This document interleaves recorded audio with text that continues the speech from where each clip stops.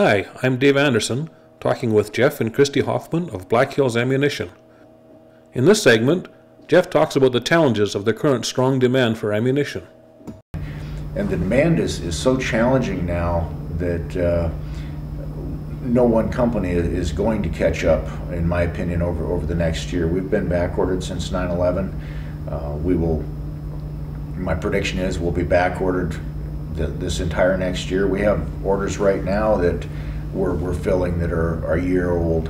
We're doing our best to keep up, but we have to balance several things against surging ahead too quickly. We have to maintain the quality, and we also have to keep in mind that the obligation you have when you hire an employee.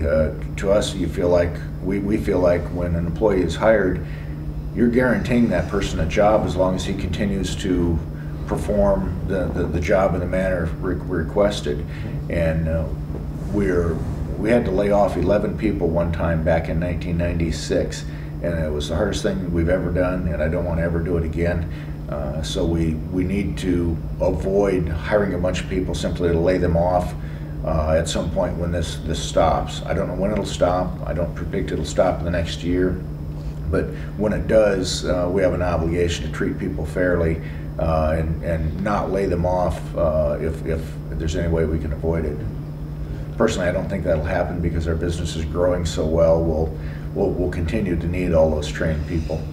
The hunting market is the easiest to meet. And by hunting market, we're talking about calibers other than .223, 22-250 through 300 Win Mag, that type of ammunition. The hunting ammunition, we've got a line called Black Hills Gold, and it uses premium bullets for specific tasks, and it's been very well received. But it simply by its nature, the demand isn't as great.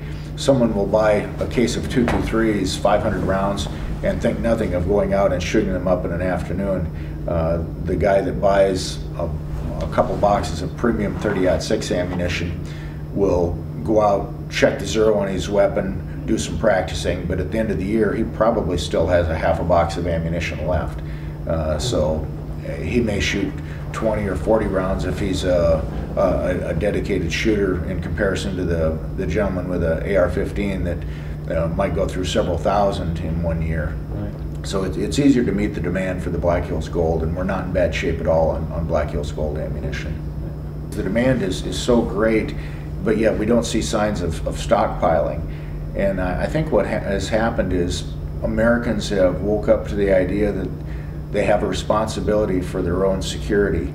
They used to think the government could protect them from everything, and 9/11 showed us that that's not true. It's an unreasonable expectation. The government can't protect you from everything, and the courts have consistently held that even the police departments doing the job as best they can have no obligation to any individual citizen. They have a general obligation to protect the population, but they don't have an obligation to guarantee Dave's personal safety.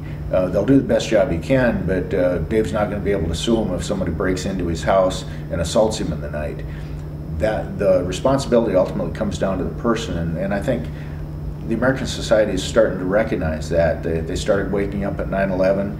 After that, we had Katrina, and again, they had unreasonable expectations. They thought the government could save them from hurricanes, and if they couldn't stop the hurricanes, then the dikes should hold. And the government didn't stop the hurricanes. The dikes didn't hold.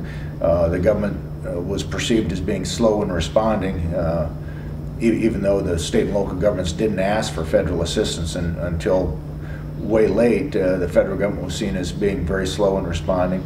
And then in some instances when the aid did arrive, one of the first things they did was confiscate firearms. And so people looked around and said, maybe I need more guns. And personally, I think that in many cases they're right. But those are just a few examples. And so what we've seen is more and more people buying guns for security and then finding out what a wonderful sport it is. And those people are actually being shooters and consumers of ammunition. And I think that's a big part of what's driving this. That's the big difference between now and in the 90s when people were spooked by Clinton.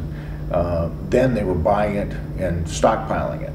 And in this instance, they're buying it and shooting it. So I think we have many more shooters that are actually consuming the ammunition. So I don't see this stopping anytime real soon. And even when it does slow down because companies gear up to meet the need, we will still have many more shooters in this country.